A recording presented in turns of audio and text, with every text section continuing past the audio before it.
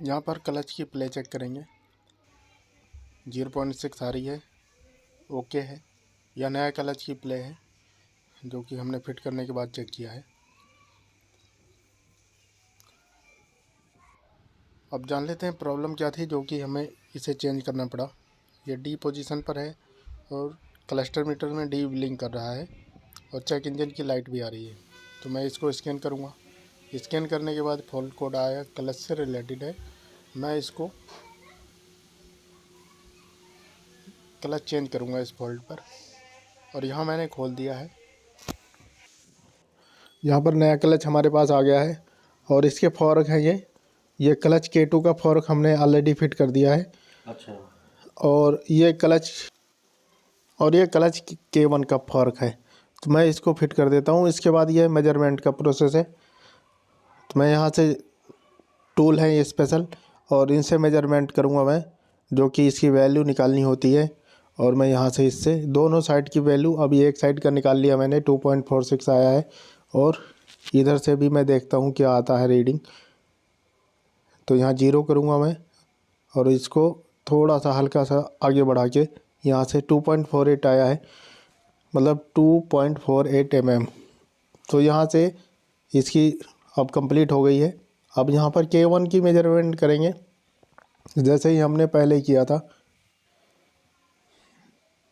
अब यहाँ पर क्लच K1 की मेजरमेंट होगी। ये टूल लगा लिया मैंने और देखते हैं क्या रीडिंग निकल कर आती है। और मैं कोशिश करूँगा ये जितने भी टूल नंबर है मैं इनको डिस्क्रिप्शन बॉक्स में आपको टूल नंबर दे दूँगा। और यहाँ पर 5.01 निकल कर आया है। तो ये क्लच K1 का रीडिंग है। और ऐसी ही सेम दूसरे साइड से भी 5 जो भी रीडिंग निकल के आई है उसके अकॉर्डिंग दूसरे साइड से भी करेंगे। 4.81 है। 4.81 इसको हम नोट करते हुए चलेंगे। और अब यहाँ पर ये K2 की बैरिंग डालेंगे, ओनली बैरिंग, जैसे कि हमने पहले भी K1 का बैरिंग ही डाला था सिम।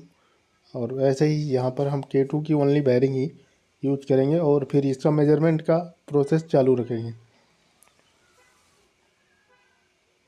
यहाँ पर बर्नियर है ये, यहाँ 0 करेंगे और इसके फेस पे लाएंगे यहाँ नीचे शाफ्ट के, तो यहाँ भी 0 करेंगे। और यहाँ फिर टूल के ऊपर लाएंगे तो यहाँ पर जो भी वैल्यू आएगी उसको नोट कर लेंगे। ये है प्रोसेस इसका। और सेम दूसरी साइड का भी ऐसा ही है, दूसरी साइड का भी ऐसा ही है। और फिर इसको नोट करते हुए चलेंगे। और नया क्लच फिट करने के लिए ये सब करना ज़रूरी होता है, क्योंकि सिम का मेजरमेंट प्रॉपर हो जाता है तो क्लच में कोई जर्क नहीं रहता है, स्मूथ रहता है सब कुछ सिस्टम। ये 4.18 आया है, तो यहाँ भी नोट कर लेंगे हम इसको। यहाँ से मेजरमेंट हो गया कंप्लीट। ठीक है, तो अब हम इस टूल को निकालेंगे। दोनों साइड की कंप्लीट हो गई है। इन टूलों को निकालूंगा मैं, और ये जितने भी हमने मेजरमेंट में निकल कर आए हैं ये सब हमने जोड़ लिए हैं। तो फेस रिंग है, क्लच K1 है, क्लच K2 है, ये सारे जोड़े हैं मैंने। तो K2 का 5.012 और 1.70 K2 का है, और 4.27 mm है ये क्लच K1। तो इसी हिसाब से हमने ये सारा कुछ मेजरमेंट किया है। अगर हमारा क्लच K1 प्लस में या माइनस में है तो हम उसको प्लस माइनस करेंगे और हम नई सिम लगाएंगे यहाँ पे।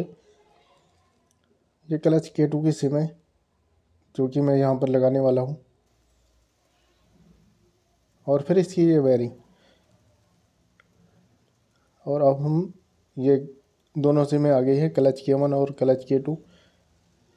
अब हम यहाँ पर नया क्लच फिट करेंगे।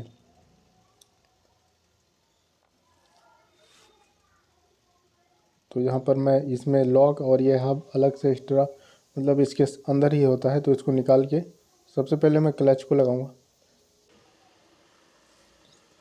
अब यहाँ पर मैंने ये सिस्टम रख लिया है और इस तरह से क्लच को लगा देंगे, नए क्लच को। और ये टूल है इसको फिक्स करने का। और यहाँ पर मैं इसको दोनों साइड से टाइट करूँगा, दोनों साइड से नट बोल्ट लगाकर।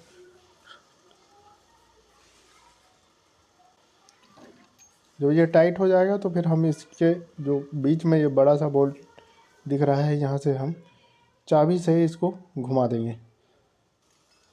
तो यहाँ टाइट कर लेता हूँ मैं इसको, और फिर इसको दोनों साइड से कर लूँगा सेम। ऐसे हिलना नहीं चाहिए ये। तो अभी ऐसे ही इस तरह से हम इसको नीचे घुमाते हुए बिठा देंगे। ये क्लच प्रॉपर फिक्स हो जाएगा। और फिर इसको हम टूल को वापसी खोल लेंगे। फिर बस इतना काफ़ी है, जो कि ज़्यादा नहीं कर सकते इसमें। तो ये अब इस टूल को मैं निकाल लूँगा, और निकालने के बाद फिर इसका हब वगैरह जो भी है कंप्लीट फिटिंग करेंगे। तो यहाँ सबसे पहले ये लॉक को मैं लगाऊंगा, और इसको एक बार घुमा के देख लेंगे। ठीक है, ये मार्क टू मार्क यहाँ मैच कर लेंगे,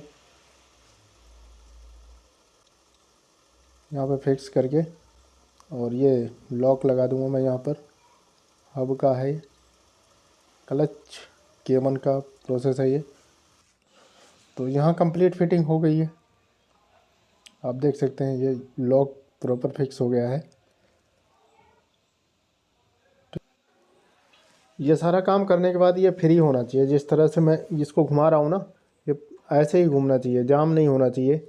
और अब हम यहाँ पर प्ले चेक कर लेंगे इसकी। यहाँ पर जो प्ले है ये ओके है।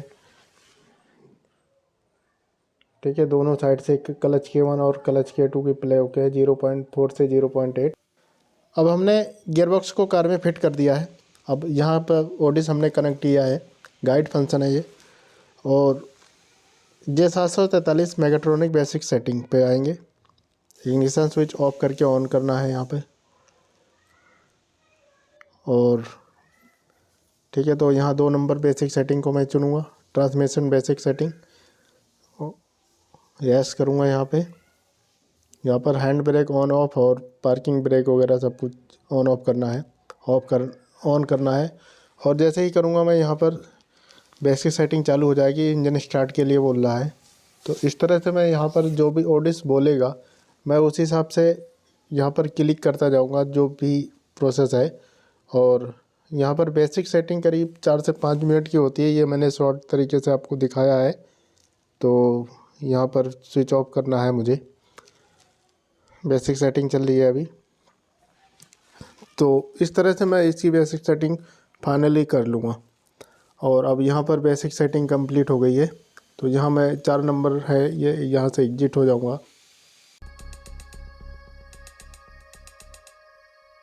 और इसी तरह की वीडियो देखने के लिए हमारे चैनल को सब्सक्राइब करें, और वीडियो अच्छी लगी हो तो वीडियो को लाइक करें। Thanks for watching.